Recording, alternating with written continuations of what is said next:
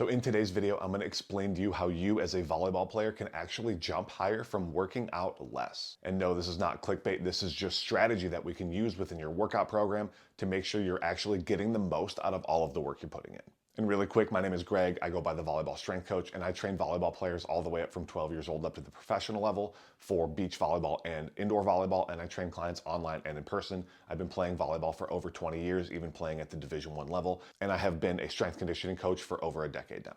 So the way that you're going to make gains by going to the gym less is actually through something called a deload week. And a deload week is a pre-programmed period of reduced volume and intensity of our workouts where we can actually give our body a chance to recover from all of the stress we're putting it under. So essentially what you would do is after a certain period of time with, hard workouts getting harder and harder and you're increasing and increasing, we need to give our body a chance where we put less stress on it, we lift less weight, we do less, to give it a chance to actually recover from all of the work we're doing and adapt and see the results of all the hard work we're putting in. So to understand why we need this, we need to think about the reason that workouts are actually effective and why they do anything in the first place. So essentially what we're doing is we're lifting heavy weights or we're sprinting or we're jumping to try and put some stress on our body so that our body can compensate and it can adjust and it can adapt to those stresses so that next time we do that same thing, our body can handle it better. So what happens over weeks is we stress it, we stress it, we stress it. We're doing heavier and heavier weights. We're jumping higher and higher, running faster and faster. And it gets to a point where we either have to continue stressing it and then the system will break down and we'll get hurt, or we need to back off and we need to give our body time to heal and actually adapt from all of that stress we're putting it under. And that's why deload weeks work. It gives you a chance to actually recover from all of the workouts. If we don't do that and we allow the system to break down, not only could we potentially get straight up injured, but we could just get into an extended period of overtraining where we just can't perform to the same level. Our body was just put under too much stress for too long, and it could take days, weeks, or months to recover from that fully and get back to our baseline. So what we want to do is generally every 4 to 6 weeks, we do want to have something programmed into the workouts where we are reducing that volume and intensity so we can recover. Could be up to 8 weeks if your workouts are on the harder side, but usually 4 to 6 is what you'll see in a lot of textbooks. What I do find, and I'll get into this more in a little bit, is a lot of this does happen naturally. So for the most part, especially with my adult clients who have kids and lives and jobs, I don't even program them in. We just place them strategically when we need to. They're not necessarily pre-programmed. Really quick before I go any further, make sure you like this video and subscribe to this channel. I'm going to start trying to grow the YouTube channel, so any support you can have early on is going to be huge. So an important question here is how to know if you need a deload week. One is you could just have them programmed in and just understand that like every 4th week or every 5th week, I do a deload.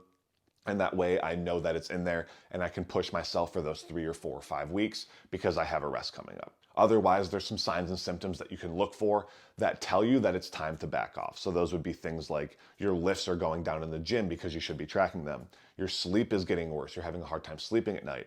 Maybe you're starting to get sick. And maybe if you're someone who typically loves to go to the gym, all of a sudden you're not motivated to go to the gym. These are all signs that you should take a deload week and back off and give your body a chance to recover.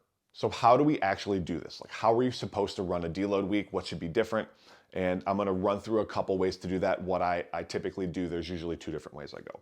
One, for the main exercises, your squats, your deadlifts, your bench press, things like that, I reduce the sets by 1. So it would go from 4 sets to 3 sets or 3 sets to 2 sets. And then I reduce the intensity or the weight you lift by about 10%. So if you typically do 200 pounds on a squat, we would only go up to a max of 180 pounds. And it can be less than that. You can go based on feel, but generally, we're going to try to reduce the overall volume by about 10%. If we just reduce the sets by 1 and reduce the volume by about 10%, that works really well in general.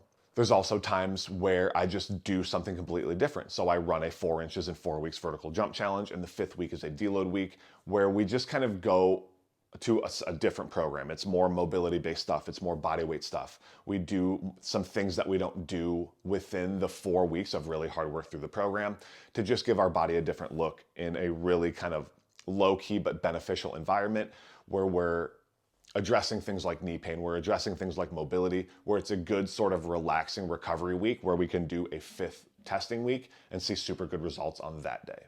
So I mentioned briefly about how they can happen naturally, and this is what I found to happen more often in my career of actually working with real people, is that people get busy for a week, they go on vacation, they get sick, maybe not from overtraining, but maybe their kids got them sick or something, where there ends up being just a week every 4 to 6 weeks where you just can't get your full workouts in the gym. And it just happens all of the time, really regularly, kind of no matter what. Could be business trips, it could be family plans, something like that, where there's just a week where you just can't get your workouts in. So what we do is I just stay in communication with my clients.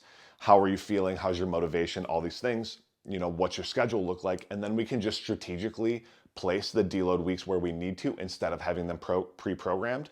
On our calls, we can be like, okay, this week upcoming, you've got this and this and this going on. Let's take a deload week so you can recover from all your hard work. So to just kind of wrap everything up, as part of a good workout program, it is necessary that at some points in time, you just reduce the volume and intensity and how hard your workouts are to give your body a chance to super compensate and bring your recovery back up, bring your performance back up from all the hard work you do. Another way to say that is there's periods of time where going to the gym less and reducing the amount you work out will help you jump higher, help you hit harder, help you build more muscle, help you lose more body fat, help you improve performance overall, because we're finally getting a chance for our body to adapt from all the work we do. So don't forget to hit that like button, subscribe to the channel. I want to start growing this to match my other social medias. And while you're at it, make sure you're following me on my Instagram, TikTok, things like that, so you don't miss daily volleyball training content like this.